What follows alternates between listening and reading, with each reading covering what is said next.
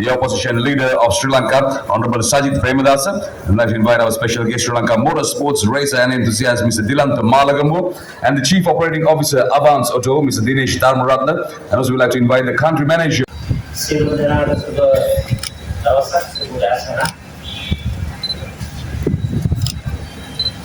Electric motor vehicles, विद्युत वाहन प्रदर्शनीय व्याप्त කරන්නට ශක්තිය ලබා දුන්නු සියලු දෙනාගෙන්ද විශේෂයෙන්ම මේ අගන අවස්ථාවට සහභාගී වෙන ගරු පාර්ලිමේන්තු අංශීවවල ශමින්ද්‍රාණි පිළියල්ල සත්වතරපත් වෙන තුමාලා ඇතුළු විවිධ සන්නාම නියෝජනය කරන නියෝජිත මහත් මහත්මී ආදරණීය මාධ්‍යවේදී उपस्थित जनाबी महासभा सततवाद दिने विद्युत मोटर इलेक्ट्रिक व्हीकल्स अपराटे प्रवर्धनය කරන්න ඒ වගේම මේවායේ භාවිතය අවුරුද්දකට ව්‍යාප්ත කරන්නට විශේෂයෙන්ම මේ ප්‍රදර්ශනය හරහා මේ අලෙවි කරන්න ඒ දරන උත්සාහය ඉතාමත් වැදගත් අතිශයින්ම කාලීන ව්‍යාපෘතියක් හැටියට මම සලකනවා. අපි හැමෝම පිළිගත් ලෝක සත්‍යයක් තිබෙනවා. ඒ ලෝක සත්‍ය තමයි පුනර්ජනනීය බල ශක්තිය renewable energy රටේ මූලික බල ශක්ති උත්පාදන ක්‍රමවේදයේ වීම. ඒ වගේම පිරිසිදු බල ශක්තිය clean energy. ඒ සංකල්පය ලෝක ප්‍රචලිත සංකල්පයක්. ඒක අපේ රට තුළ ප්‍රවර්ධනය කරන්නට අපි කටයුතු කරන්න ඕනේ. එනිසා විද්‍යුත් प्रवाहन क्षेत्र කියන්නේ සත්‍ය වශයෙන්ම පාරිසරික දූෂණ අවම කරන ක්‍රියාදාම. ඒ වගේම මේ ක්‍රියාදාමයන් සමග ඒ විද්‍යුත් මෝටරක ප්‍රචලිත භාවය වර්ධනය කරන්නට අවශ්‍යයි. අපේ රටේ යටිතල පහසුකම් වර්ධනය කිරීම රජයේ අදාළ බලධාරීන්ගේ වගකීම. විශේෂයෙන්ම charging stations ස්ථාපනය කිරීම සඳහා ඒ අවශ්‍ය යටිතල භාගකම් ඉතාමත්ම ඉක්මනින් ලබා දෙන්නට රජයේ මැදිහත් වීම අත්‍යවශ්‍යම කාරණා. ඒ වගේම මේ පහුගිය කාලේ නිර්මාණය වුණු බටහිර ආසියා මැදපෙරදිග අර්බුදය තුළ යුදමය තත්ත්වය තුළ හැමෝටම පැහැදිලි වුණා අපේ රටේ තිබෙන බල ශක්ති අවදාන බල ශක්ති ආරක්ෂිත භාවයේ ඇත්තටම අවදානමක් තිබෙනවා. In terms of energy security, our country is extremely vulnerable. ඒ වගේම තෙල්මත කේන්ද්‍ර වූ ක්‍රියාකාරකම් තුළ Straits of Hormuz සහ Bab el Mandeb Straits හරහා අත වශයෙන් අපේ රටට අවශ්‍ය තෙල් ගෑස් ඇතුළු ඒ වගේම පොහොර ඇතුළු ඒ සම්පත් රාශිය ඒ සමුද්‍ර සංධීන් හරහා ගමන් කිරීම තුළ තවදුරටත් අපේ රටේ තිබෙන බල ශක්තිය අනාරක්ෂිත භාවය, ඉන්ධන අනාරක්ෂිත භාවය, ගෑස් පොහොර අනාරක්ෂිත භාවය බොහොම පැහැදිලි විස්තර.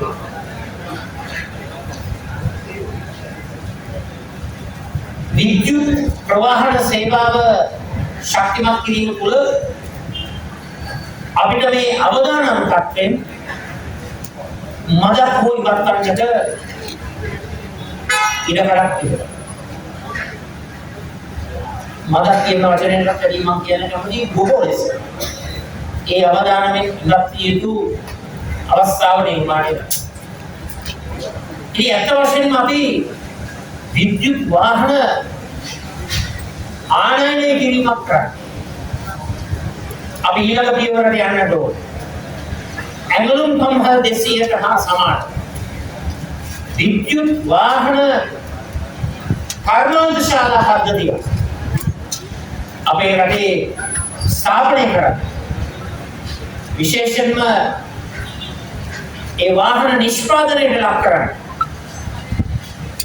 පැහැදිලි ඉලක්කගත වැඩසටහනක් ක්‍රියාත්මක කරන්න. නොයෙකුත් සුපුරුදු පරිදි සමර්ථනයට ලක් කරයි කොහොමද අපේ රටේ විද්‍යුත් වාහන නිෂ්පාදනය කරන්නේ කියලා. ඒ අලුත් දෙයක් කියනකොට hina වෙන එක අපේ රටේ සුපුරුදු කාර්යයක්. ඇඟලුම් සම්බන්ධ 200 වැඩසටහන ක්‍රියාත්මක කරනකොට බොහෝ දෙනා hina වෙලා දුවනේ අපි හැමදාමත්ම ඇඟලුම් නිෂ්පාදන ආනයනය කරන රටක් බවට පත් වෙන්න ඕනේ. එදා hina වුණා. එකේ ගවලාද නැගුවා. අපහාස කරා. විදේශීය කාන්තාවන්ට ඇඳුම් අස්සන්නට නගරේ ගමේ අපේ රටේ අරුණ කර්මිය යොමු කරනවා කිව්වා. නමුත් අද මොකක්ද ඇඟලුම් ශේෂ්ත්‍රයට වෙලා?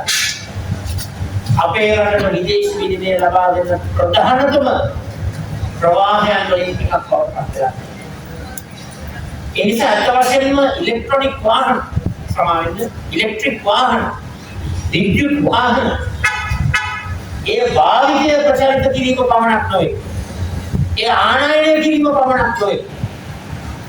අපිට ඉදිරි දැක්මක් තිබෙනවා EVs electric vehicles විද්‍යුත් වාහන අපේ රටේ නිෂ්පාදනය කරන කර්මාන්තශාලා ස්ථාපනය කිරීම අපේ වර්තමාන සහ ඉදිරි දැක්මයි අපේ දර්ශනය. ඒ සඳහා සමහර කියන්න පුළුවන් කොහොමද අපේ රටේ මේ කර්මාන්තශාලා ස්ථාපනය කරන්නේ? විදුලි බිලේ ප්‍රශ්න තියෙනවා. තවත් වෙනත් කම්කරු ගැටලු රාශියක් තිබෙනවා. මම දකින්නේ ගැටලු ඉදිරිපත් කිරීම කර්මාන්තශාලා බිහි නොකරන්නට හේතු දැක්වීම. මේ කර්මාන්තශාලා ස්ථාපනය කරන්නට නම් රණසිංහ ප්‍රේමදාස ක්‍රමයේ ක්‍රියාත්මක කරන්නට ඕන. මොකද ඒ ක්‍රමය? අදම අවස්ථාව ලබා දෙන්නට ඕන දිගට දීලා මෙන්න මේ අහවල් කර්මාන්තශාලා ප්‍රමාණය අපි මේ රටේ විවෘත කරනවා කියන්නේ. එහෙම නිලධාරීන්ට සහ ආයෝජකයින්ට ඒ නියෝගය දීලා ඒ උපදෙස් දෙනකොට විවෘත කිරීමේ දෙවිය දුන්නොත් නිලධාරීන්ට සිද්ධ වෙනවා ඒ අවශ්‍ය අවසර ඉඩකඩම් ආසුකම් ඒ වගේම විශේෂ දිරිගැන්වීම මේ ශේෂ්ත්‍රයට ලබා කවුරුහරි කියනවා නම් ඉදිරියට වැඩි කියලා යම් කිසි විශේෂිත වූ අවස්ථාවක් මේ කර්මාන්තශාලා අපේ රටේ ස්ථාපනය කරන්නට විශේෂ සහනයක් දෙන්නට ඕන. ඇයි? ඒකෙන් තුනක් වෙනවා. එකක් වාහන විද්‍යුත් වාහන ආනයනය කරන රටක් වෙනකොට අපි අපනයනය කරන රටක් බවට පත් වෙනවා. we become a EV exporting country. දෙවෙනි ආනයනය කරන රටක් බවට පත් නොවි විදුලි වාහන විද්‍යුත් වාහන අපනයනය කිරීමත් සමග අපේ රටේ අපනයන ශේෂ්ත්‍රය ඉහළයි. ඒ වගේම මෙවන් කර්මාන්තශාලා ස්ථාපනය කිරීමද කුසලතාවයේ නිපුණතාවයේ දක්ෂතාවයේ හැකියාව තිබෙන අපේ රටේ කාරුණ්‍ය විශේෂම තාක්ෂණ ශාස්ත්‍රයේ ඉහළ තැනට ගිය අපේ කාරුණ්‍ය රැකියා අවස්ථා ලැබෙනවා අපනයන කේන්ද්‍රීය නිෂ්පාදන භාණ්ඩයක ප්‍රධාන කොටස්කරුවෙක් අවුල්කරුවෙක් පාර්ශ්වකරුවෙක් බවට පත්. තුන්වෙනි කාරණාව තමයි ටෙක්නොලොජි ට්‍රාන්ස්ෆර්. තාක්ෂණ හුවමාරු. හැමදාම ආනයනය කිරීම තුළ තාක්ෂණ හුවමාරුවක් වෙන්නේ නැහැ. ඒකම නිකන් වෙලදාමක් වෙන්නේ. මම ඒක නරකයි කියලා කියනවා මේ ආරම්භයකට හොඳයි. හැබැයි අපේ රටේ අපනයනය ස්ථාපනය වෙනකොට EVs විද්‍යුත් වාහන කර්මාන්තශාලා දිගට මොකක්ද වෙන්නේ? ටෙක්නොලොජි ට්‍රාන්ස්ෆර් එකක් සිද්ධ. තාක්ෂණ මාරුවක් සිද්ධ. මෙන්න මේ නිසා තමයි එදා වියට්නාමයේ සැම්සන් ආයතනය හොයනකොට ලෝකේ මොන රටවල්වලද සැම්සන් ගිහිල්ලා ආයෝජනය කරන්න ඕනේ කියලාකොට අපිට ඉස්සෙල්ලා වියට්නාමය ඉදිරියට ඇවිල්ලා ලොකු පොදුරින් ඒ සැම්සන් ආයෝජනය වියට්නාමයට අරගෙන අද වෙනවිට ඉලෙක්ට්‍රොනික භාණ්ඩ 130කට වැඩි ප්‍රමාණයක අපනයන කරුවෙක් බවට වියට්නාමය පත් වෙනවා. මේ පාඩම් ඉගෙන ගන්නට ඕන. ඇත්ත වශයෙන්ම දිය යුත්තේ මේ ස්ථානයක රජය නියෝජනය කරන ප්‍රධානීන් කවිලා මේ පාර්ශ්වකරුවන් එක්ක සාකච්ඡා කරලා ඔව් ආනයනයට අවශ්‍ය යටිතල පහසුකම් ඒ අවශ්‍ය charging places ටික හදලා දීලා charge කරගන්න. හැබැයි එතනින් නතර වෙන්න නෙවෙයි. න්‍යායක් සමග ආයෝජකයෙක් සමග කතා කරන්නට ඕන. එදා රණසිංහ ප්‍රේමදාස මහත්මයා කතා කරා වගේ EV කර්මාන්තශාලා යම් ප්‍රමාණයක් පෙරණි ස්ථාපනය කිරීම සඳහා අදම සාකච්ඡා කර ඉලදහරින්ට ආයෝජකයෙක්ට දෙන්න පුළුවන් යොමු කිරීමට දෙන්න. කොහොමද රණසිංහ ප්‍රේමදාස මහත්මයා ගාමන් ටැක්සි 200 වැඩි විදිහට ක්‍රියාත්මක. ඒ නිසා ඇත්ත වශයෙන්ම අදාපවත්තල කාර්ය ගන්න අවශ්‍යත් නැහැ. මේ ආනයන ශාස්ත්‍රයට දිවිගැන්වීමක් ලබා දෙනවා වගේ මේක අපි හරවා ගන්නට ඕන. EVs අපනයන කරන ප්‍රධාන රටක් බවට අපේ රට පත් කරලා ඒ තුළින් කර්මාන්තශාලා විහිකිරීම, රැකියාශා ලබා දීම, තාක්ෂණ හුවමාරු එම කරන ටෙක්නොලොජි ට්‍රාන්ස්ෆර්ස් සංකල්පයේ ක්‍රියාත්මක කිරීම ඒ කිරීම සඳහා අවශ්‍ය දිවිගැන්වීම විශේෂ EV කර්මාන්තශාලා කලාප විහිකරන්නට පුළුවන්.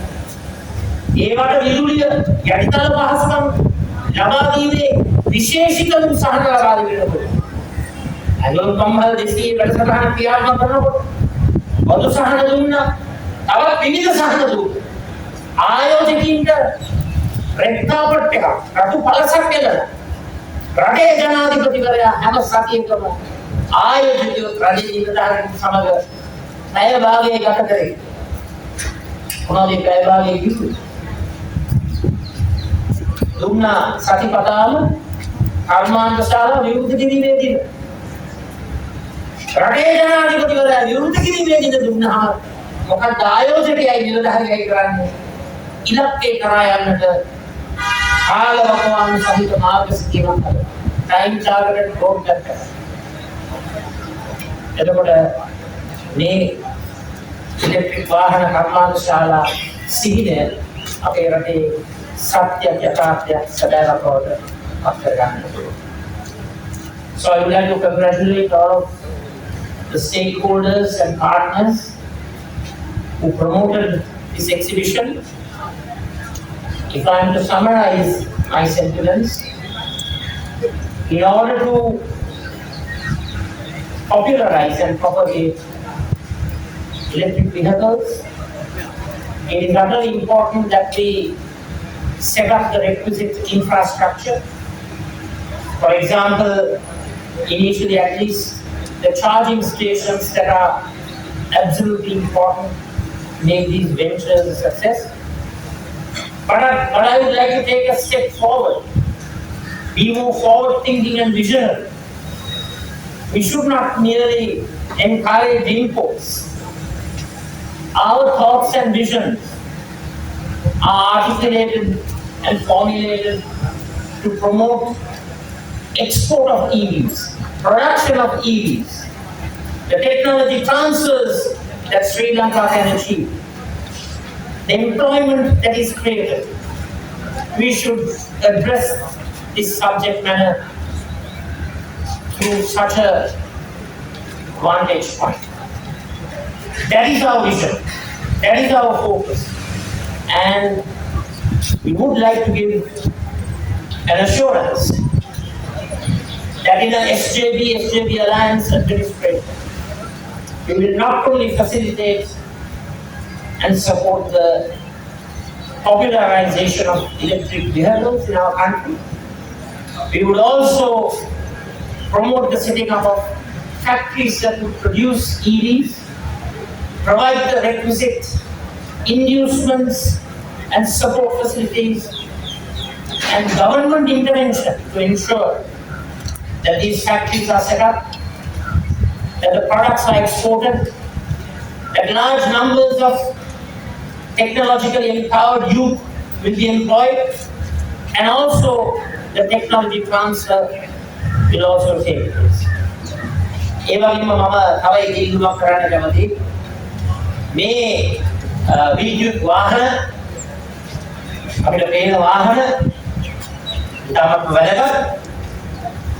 නමුත් මේ වාහන රටේ සමාජයේ එක්තරා ඉහළ පන්තියක් තමයි මේවායේ ප්‍රතිලාභ භුක්ති විඳින්නේ. අපි යෝජනා කරන ආනයනකරුවන්ට පොඩි මිනිස්සයාගේ විද්‍යුත් වාහන, electric vehicles for the less fortunate in society.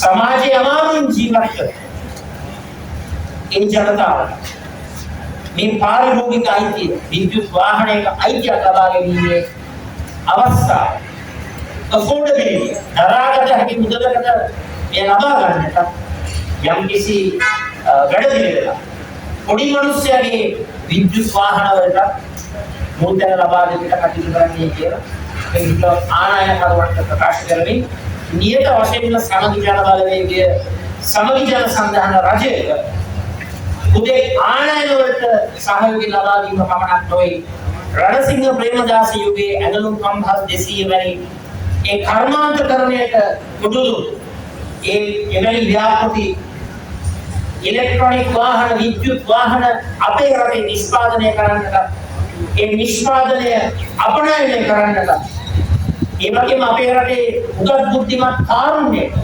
රැකියාව ලබා දෙන්නට, ටෙක්නොලොජි ට්‍රාන්ස්ෆර් තාක්ෂණ හෝමාරුවට ශක්තිය ලබා දෙන්නට, එවන් ව්‍යාපෘති ක්‍රියාත්මක කරන්නට ඍජු විදේශ ආයෝජන අපේ රටට ගෙනෙන්නට ඒ අවශ්‍ය දිරිගැන්වීම් ලබා දෙන්නට අපි අනිවාර්යයෙන්ම කටයුතු කරනවා. ඒ වගේම අවසාන වශයෙන් ඒක වාචකයක් කියන්නට ඕන, අපි ලෝක පවතින ඉන්ධනවල මිලට වැඩි මිලක් ඉරන් කරලා අපි ලොකු අමාරුවක වැටෙලා ලෝක වෙළඳ පොලේ සාමාන්‍යයට වැඩි මුදලක් ඉරන් කරලා ඒ තුලින් අපේ රටේ විදේශ විනිමය සංචිත වලට අගතිගාමී බලපෑමක්, ඍණාත්මක බලපෑමක් අද නිර්මාණය වෙලා තිබෙනවා. විශේෂයෙන්ම අපිට උත්තර අවශ්‍යයි. ඇයි ලෝකයේ තියෙන තෙල් මිලේ සාමාන්‍යයට වැඩි මුදලක් ඉරන් කරලා මේ තෙල් ගෙවුවේ? ඒ නිසාම තමයි ලෝකයේ තෙල් මිල පහළ වහිනකොට අපේ රටේ තෙල් මිල පහළ පස්සකට බැරි තත්ත්වයක් තියෙන්නේ. අලාභදායී ආකාරයට තෙල් ආනයනයේ නියැලෙන නිසා. ඒක ලෝකයේ බොහෝ රටවල් ලෝකයේ තෙල් මිල පහළ යනකොට අද වෙන විට මිල පහළ තමයි. නමුත් අපේ රටේ තෙල් මිල ඉහළ යනකොට තෙල් මිල ඉහළ යනවා.